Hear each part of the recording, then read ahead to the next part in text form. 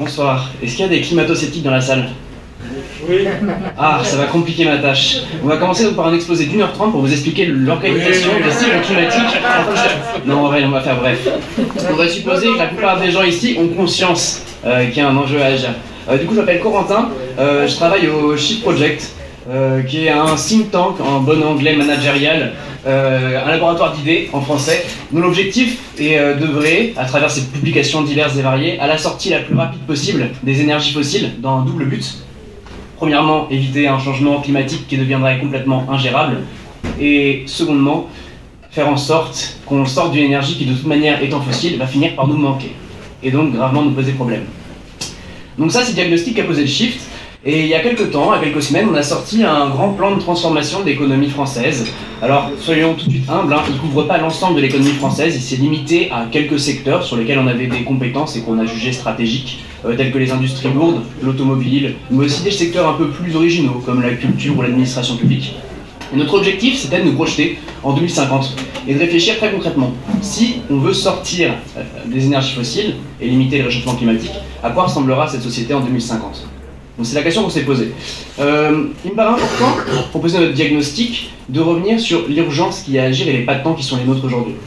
Très concrètement, notre objectif, celui qui a été défini par le GIEC, c'est de limiter au maximum le changement climatique, si possible à 1,5 degré. Pourquoi 1,5 degré ? Parce que c'est à peu près le niveau où ils estiment qu'on peut globalement contenir les effets du réchauffement climatique, à condition, malgré tout, d'adapter nos sociétés. Au-delà, on commence à passer des effets de seuil qui deviennent beaucoup moins clairs et qui peuvent devenir ingérables pour nos sociétés. Le problème, c'est qu'aujourd'hui, la plupart des politiques nationales ne sont même pas alignées sur cet objectif de 2 degrés, enfin de 1,5 degré, mais justement sur celui de 2 degrés. 2 degrés qui est un horizon où justement, on ne sait pas ce qui va se passer. On est sûr de quelque chose, par exemple que les récifs coralliens vont complètement disparaître sur Terre. Un petit enjeu. Concrètement, qu'est-ce qu'il faut faire aujourd'hui pour que notre société limite au maximum ses émissions, disons à 2 degrés, c'est de réduire de 5% par an nos émissions de gaz à effet de serre. Donc concrètement, c'est dans les 30 ans à venir, faire en sorte de diviser par 4 notre consommation d'énergie fossile dans le pays. Et ça, c'est pas simple. Parce que concrètement, l'énergie fossile, c'est pas seulement le pétrole que vous mettez dans vos voitures. C'est l'ensemble de notre économie qui est structurée par celle-ci. De la paire de chaussettes que je porte maintenant à ce que vous allez manger ce soir, il est à peu près certain qu'à un moment ou à un autre dans la chaîne de production, on a utilisé des énergies fossiles, ne serait-ce que pour l'acheminer jusqu'à l'endroit où vous allez déjeuner ce soir. Premier problème, on a un pas de temps de 30 ans pour agir. Deuxième problème, où on a un pas de temps encore plus court pour agir, on l'a dit, les énergies fossiles, elles sont limitées par nature. Et on a beau creuser toujours plus profond, on a beau payer toujours plus cher et dépenser toujours plus d'énergie pour aller en chercher, le fait est qu'elles vont commencer à nous manquer dans les années à venir.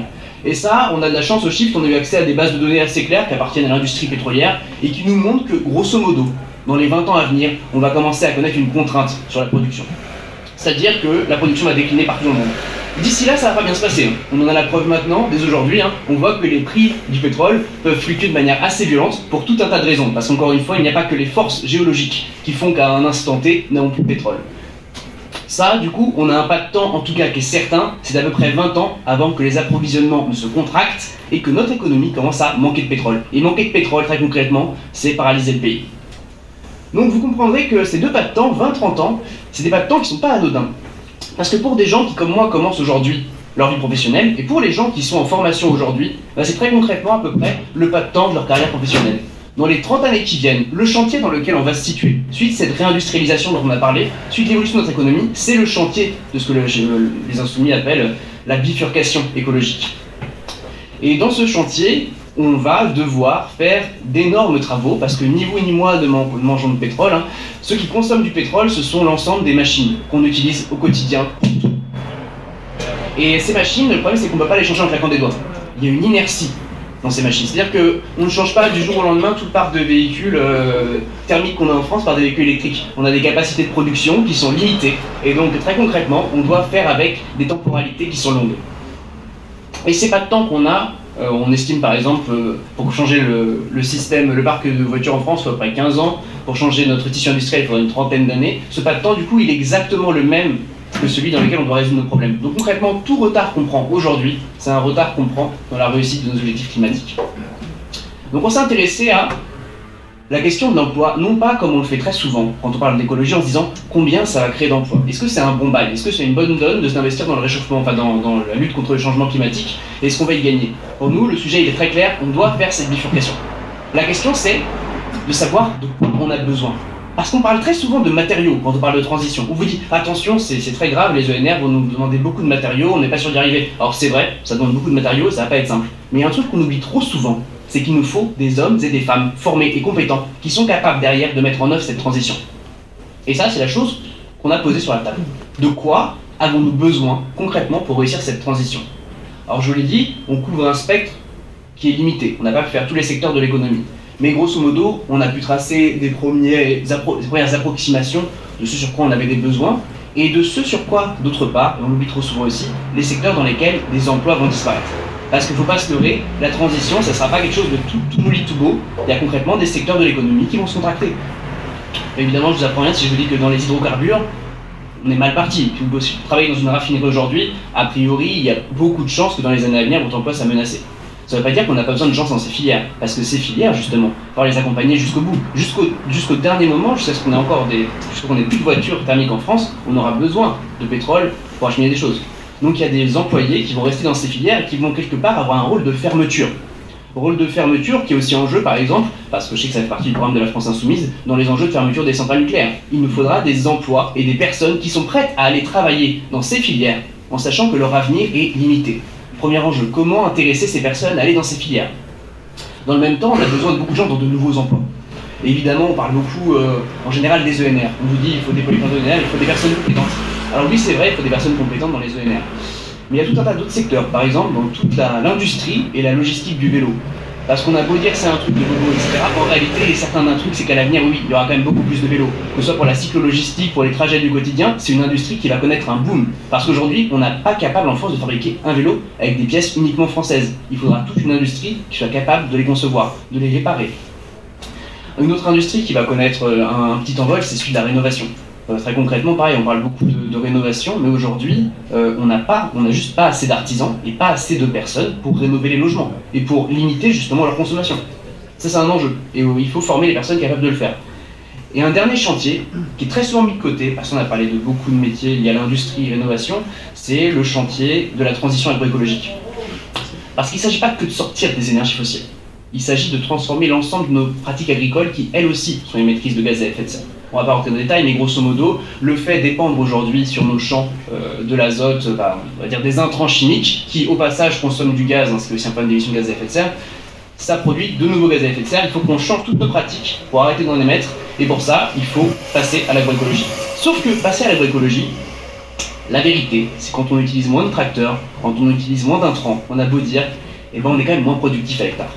Donc il va nous falloir plus de gens qui vont devoir accepter d'aller travailler dans les champs, avec de nouvelles compétences, avec un certain rapport qui sera différent, qui ne sera pas le même que celui qu'ont les agriculteurs aujourd'hui avec leurs terres, avec leur travail. Mais en tout cas, des gens qui vont devoir se diriger vers ces filières, alors qu'aujourd'hui elles sont en déperdition totale. On va perdre dans les 10 ans à venir 25% des agriculteurs qui travaillent. Qui va les remplacer? Là, je vous dis qu'il vous faut une augmentation de la population agricole qui correspond à peu près à un doublement d'ici 2050. Ce dans un contexte où on perd de manière ultra rapide tout un tas d'agriculteurs. Comment les remplacer? Aujourd'hui, les gens actuellement ne forment pas assez de personnes. Il faudrait faire un push total de formation pour commencer aujourd'hui à avoir des personnes disponibles dans les années à venir. C'est un immense enjeu qu'on ne fait qu'effleurer aujourd'hui. Donc tout un tas de petits problèmes qui tiennent à quoi? Entre autres, qui tiennent à ce que les métiers dont je vous ai parlé actuellement, qui sont des métiers justement qui sont liés à des secteurs industriels, qui sont des métiers qui peuvent être liés à l'agriculture, et bien ce sont des métiers qui aujourd'hui sont ultra dévalorisés dans notre société. C'est-à-dire qu'aujourd'hui, les personnes qui vont faire ça, c'est des personnes qu'on va juger au sein de la société en échec scolaire. On va se dire, et les personnes du coup qui vont intégrer en elles-mêmes que si elles font ces choses-là, c'est parce qu'elles ne le méritent pas. Parce qu'elles ne méritent pas de faire mieux. Et aussi parce qu'elles n'ont pas une rémunération à la hauteur de ce qu'elles font. Donc il y a un véritable enjeu à ce que collectivement, on donne aux personnes l'envie de faire ça. Et pour ça, il faut un programme qui n'est pas seulement un programme de formation, mais qui est un programme d'accompagnement de ces métiers, pour qu'ils soient à nouveau valorisés et rémunérés à la juste hauteur de la contribution. Parce qu'encore une fois, on ne va pas créer des emplois, on ne va pas offrir à ces gens des petits travaux. On a besoin de ces gens. Si demain, on n'a pas les compétences pour transformer la société, si on n'a pas les compétences de l'industrie, si on n'a pas les agriculteurs, c'est la transition qui sera un échec. Donc c'est toutes nos vies, du plus pauvre au plus riche, qui vont se trouver affectées parce qu'on n'aura pas été capable de collectivement trouver les personnes, parce qu'on aura continué de les dénigrer et de mal les rémunérer. Donc l'objectif, se transformer et se dire que ces personnes-là, on en a besoin et ce sont les héros de demain. Et a priori, ce discours sur la bifurcation écologique et cette manière de mobiliser les gens sur ces sujets aujourd'hui, c'est une manière de redonner du crédit.